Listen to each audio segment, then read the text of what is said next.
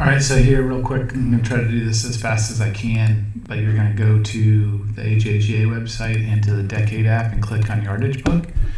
Then you will click and add on the name of the course, just Tanglewood Golf. And find the right course and select it. And then you're going to go through here and select the tee markers that you're playing. So you have the scorecard up on the left, and then you can click the tee markers on the right. I've actually sped up the video here to make it go a little faster. Can't click that fast. Up at the top here, you'll see we've got the distance ring, so 300 yards, 275, and 250. You'll see what that means in a minute. And then these are the benchmarks, so your kind of expectation values. You can set it to whatever you want, PGA Tour, Top 25 College, or just Division I, because they've got so many programs that use the Decade app. And then you're going to click Next, and it'll take a little while. Again, I've sped it up so we don't have to wait as much. But you're done with the HAGA thing. So you can then, based on whatever your book you want to pick, you can pick collated Yardage Book, collated two-sided if your printer can print on two sides, or the consecutive book, which looks more like just a regular book, won't fold up nicely in your pocket. Download the PDF. Usually takes a couple minutes. Again, I've trimmed this video and sped it up also. So when it comes out, you're going to see it's going to look upside down, and that's just because of the way you're going to need to print it from a two-sided perspective. You can print in black and white to save a bunch of ink, but here we're going to get to, scroll ahead kind of quickly, get to a hole where it's right side up. So here we're playing that red box. That red T0 number is from the back of the second tee box. So if you were to go back, for some reason they moved you to the back tee box, you could see that it's 22 yards further back.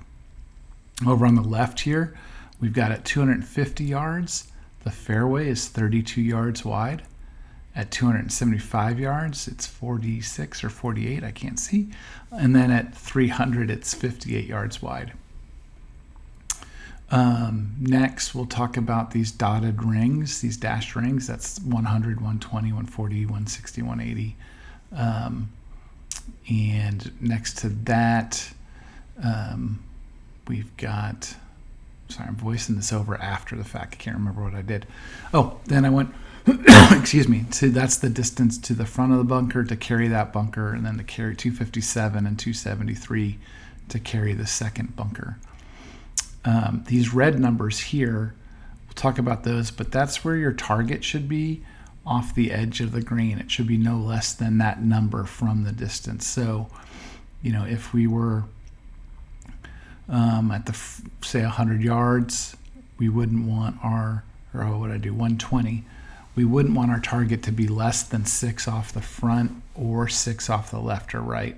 So if the flag was these boxes here, each box is 5 yards wide and 5 yards long. So where my cursor is, or the mouse is right now, that's probably about 6 on and 6 from the left. So you could aim right at that target. If you're a little further back, you might want to aim a little to the right and past it. It's just going to kind of depend. And we can talk about Decade stuff more.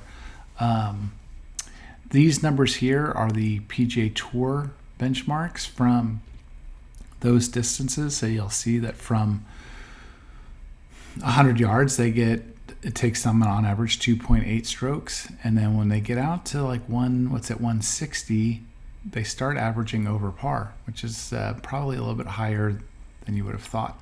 Or sorry, 160 is 2.98, and then 180 is 3.08. One of the other nice features is that compass in the upper right. I like to tell my clients, before you play, go look at what the weather is doing that day and what the wind is doing, and knowing if it changes, you can just kind of check that compass. So if later in the round it's coming out of the south opposed to the west, you'll know. Here is just a little grid on top of each hole. In that box below where it says club, I usually like to put the wind direction that it was doing the previous day, so that you can remember for subsequent rounds. Same thing underneath here for approach distance. These little boxes around the green, they're there for you to like kind of check on those spots and make a decision as to what kind of modifier they might be. If there's something really difficult there, then maybe you want to add another yard to that decade away from that danger. That's kind of an overview of the Yardage book, but let me know if you got any questions. I will email the book to you as well.